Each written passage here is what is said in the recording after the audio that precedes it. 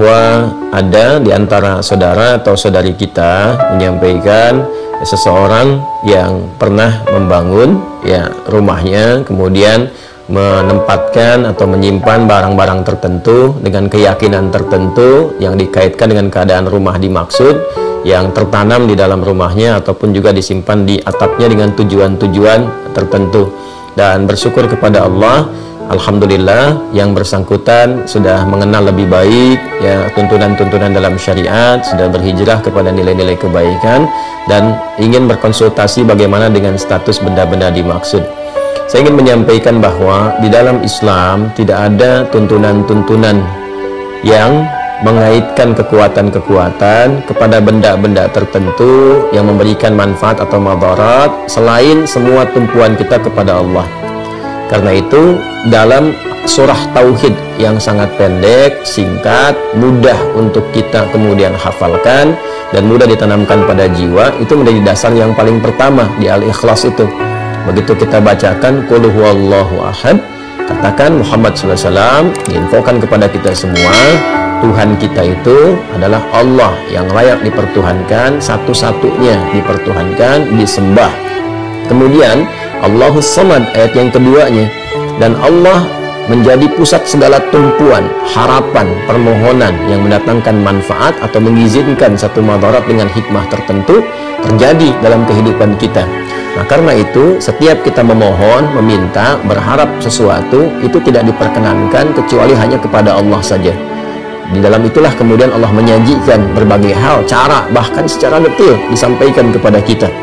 Dari perintah untuk berdoa, bagaimana kemudian menjanjikan menjawab, di Al-Baqarah ayat 186, wa idza sa'alaka 'ibadi 'anni fa inni qarib ujibu da'watad da'i idza da'an falyastajibu li wal yu'minu bi la'allahum yarshudun. Nah, jika hambaku mencari untuk mendekat kepadaku, ada permohonan tertentu, kata Allah Subhanahu wa taala, sampaikan Muhammad sallallahu alaihi wasallam, aku begitu dekat, kalau hambaku berdoa pasti aku kabulkan, kalau ada permohonan pasti aku berikan jalan, kan? Dalam konteks apapun, dalam pekerjaan, ingin mendapatkan rizki, dalam keadaan rumah ingin diberkahi, kan yang punya berkah itu Allah, kan? Yang memberikan ketenangan itu Allah, sakinah itu di rumah itu Allah yang berikan. Karena itu dibuka dengan kalimat ayat, wa min ayatihi, di antara tanda kebesaran Allah Subhanahu wa taala, Quran surah ke-30 ayat 21 itu. Jadi kalau di rumah ingin mendapatkan ketenangan, sakinah, tidak ada gangguan, nggak ada macam-macam, kemudian mawaddah, rizkinya mengalir bagus, bermanfaat rumahnya, rahmah, ada cinta kasih yang dalam di dalamnya untuk keluarga besar, itu yang punya siapa? Sakinah, mawaddah siapa? Rahmah siapa? Allah, nggak ada yang lain. Jadi kalau kita mau minta, mintanya ke Allah, dan jangan sampai meminta kepada Allah dengan cara-cara yang Allah tidak sukai, dengan cara-cara yang tidak Allah ridai. Karena itulah Allah berikan cara kepada kita. Ada yang bisa memanggil langsung, Allah turunkan misalnya nama-nama terbaik dikenal dengan Al-Asmaul Husna, Quran surah 17 ayat 110, Qulid'ullaha awid'ur rahman ayyama tad'u falahul asma'ul husna. Silahkan minta, ada yang minta dalam sholat, minta biasa berdoa. Kemudian kalau kita minta pun dengan menggunakan wasilah misalnya, boleh. Itu ada di Quran surah kelima, Al-Maidah ayat 35. Ya ayyuhalladzina amanu taqullaha wabtaghu ilaihil wasilah. Hai orang-orang beriman, tingkatkan takwamu kepada Allah dan cari wasilah. Silahkan untuk mendekat kepada Allah, untuk memohon dan untuk mengabulkan apa yang kamu harapkan selama bermaslahat dan baik. Apa di antara wasilah-wasilah dimaksud? Bisa dengan amal-amal kita, lewat sholat, lewat sholawat pada Nabi Sallallahu Alaihi Wasallam, atau kita mengundang orang soleh misalnya untuk mendoakan, boleh. Alih-alih menanam sesuatu, datanglah kemudian kita ke orang soleh, kiai, ustadz tertentu, datang ke rumah, minta diberikan pencerahan, bagaimana mengisi rumah yang baru, baiknya seperti apa, minta dibimbing, lalu berdoa di situ. Itu lebih bagus, bermohon kepada Allah dan keberkahan diturunkan. Adapun menyimpan hal-hal tertentu, baik yang ditanam sifatnya di bawah rumah, disimpan di atas rumah, atau di dalam rumah benda-benda tertentu, itu termasuk hal yang sangat berbahaya bagi akidah, harus kita tepikan karena langsung bertentangan dengan dua hal sekaligus. Yang pertama adalah sifat yang melekat pada zat Allah Subhanahu wa taala yang disebut As-Samad tadi. Segala yang bertentangan dengan sifat-sifat kemuliaan, itu sudah terkait dari aspek akidah. Nah, resikonya nanti terjebak kepada syirik. Lawan dari akidah itu kan penyakit terbesarnya syirik. Ya, kalau sudah syirik itu paling berbahaya, nanti berdampak kepada amal. Akhirnya apa yang dikerjakan di rumah itu dari sholat, kan? Kemudian ada baca Quran misalnya atau yang lainnya, sepanjang ada syiriknya itu nggak akan banyak berpengaruh, malah tertutup nanti ya dengan racun syirik itu. Seakan-akan tidak ada guna dari semua itu. Nah, karena itu alhamdulillah sekarang sudah menyadari bahwa itu keliru, tidak boleh dilakukan. Ingat ya, baik yang ditanam, disimpan di dalam rumah, di lemari kah atau macam-macam kah, atau di atap rumah sekalipun, nah maka kalau kita sudah bertobat dan sebagainya, buang semua itu. Ya, buang. Kalau masih bisa kita temukan, ya buang, kemudian jauhkan dari kita, gitu kan? Kalau ada yang ditanam, kalau mampu kita dapatkan, ya kita ambil, kemudian buang, hancurkan dan sebagainya. Tapi kalaupun tidak memungkinkan, ya misalnya ditanam nih udah sama pondasi, kalau kita mau buka, gali lagi, bongkar lagi rumahnya, memberikan madarat yang lebih besar misalnya kepada aspek-aspek tertentu yang menyulitkan, maka tidak perlu dilakukan. Yang penting kita hilangkan keyakinannya. Sudah, hilangkan, jauhi, kemudian bertobat dari itu semua, tidak perlu diakses-akses, ingat-ingat lagi, tepikan seluruhnya, kembalikan kepada Allah.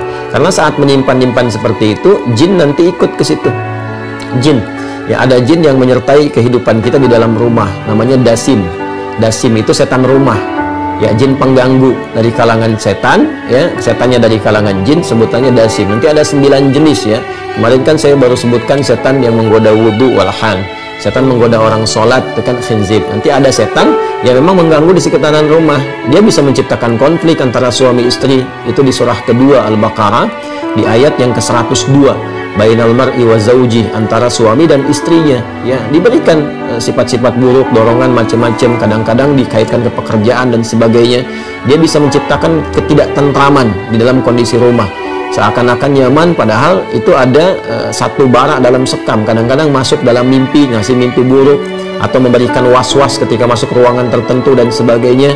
Ya, lalu setelah itu ya mudah, hadirkan sesajian. Itu pekerjaan jin. Ya, sesajian di dalam rumah atau di luar rumah, atau dengan melakukan tindakan tertentu, itu kemusyrikan yang parah nantinya. Karena itu cara untuk mengatasinya, kalau masih bisa diakses, buang sekalian ya. Kalau tidak bisa diakses atau diakses menyulitkan sekali, sudah cukup hilangkan keyakinannya, bertobat kepada Allah, hilangkan keyakinannya, tingkatkan ibadah kepada Allah Subhanahu wa taala. Nanti dengan sendirinya jinnya akan meninggalkan.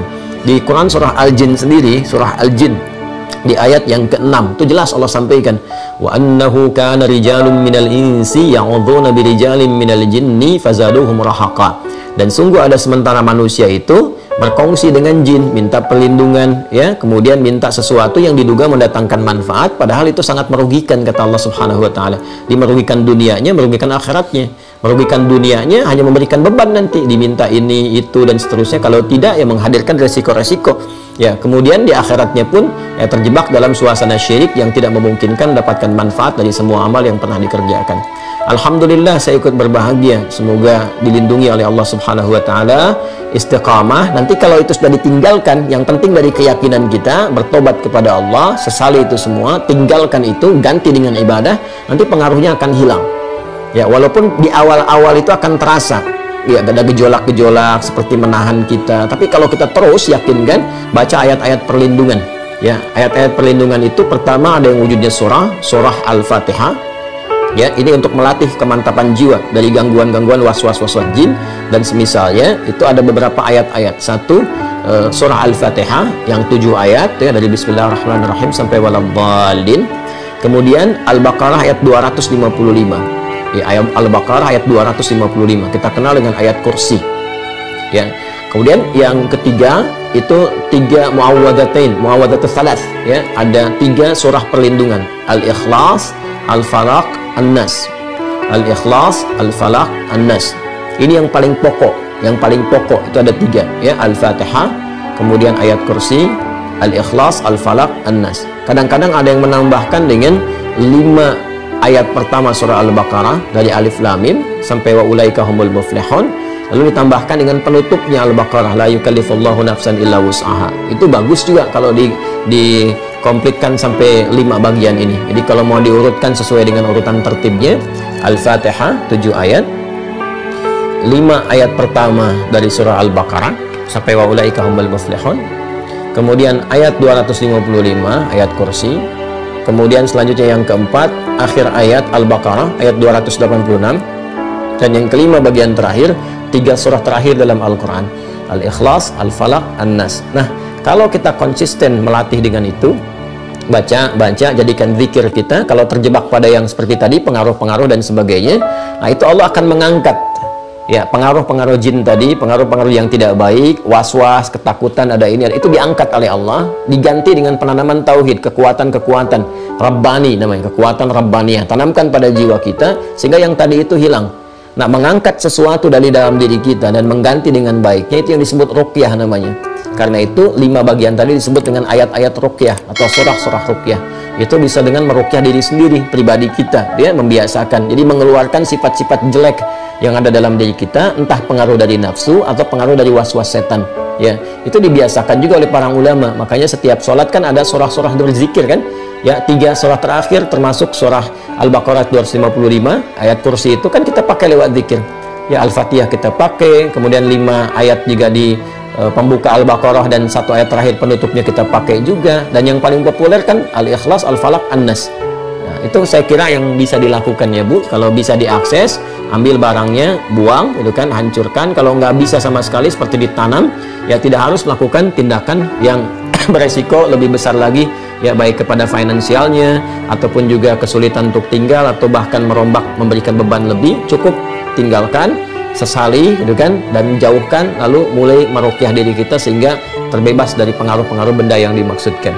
Tapi kalau masih bisa diakses, misalnya ditanamnya di sampingnya yang bisa digali dan sebagainya, buang, karena khawatir nanti ada perjanjian-perjanjian tertentu yang tidak diketahui mengikat pada barang itu, ya kan, yang bisa mempengaruhi kepada tubuh. Ya, tapi kalau sudah tidak sama sekali bisa ditemukan, 5 bagian tadi tolong dilakukan untuk bisa menghadirkan perlindungan dari Allah Subhanahu wa taala dan mematikan ya jaringan-jaringan keburukan tadi yang mungkin hadir di situ yang dimanfaatkan oleh jin tertentu, kalangan tertentu dari was-was syaitan. Saya kira seperti itu, Bu ya.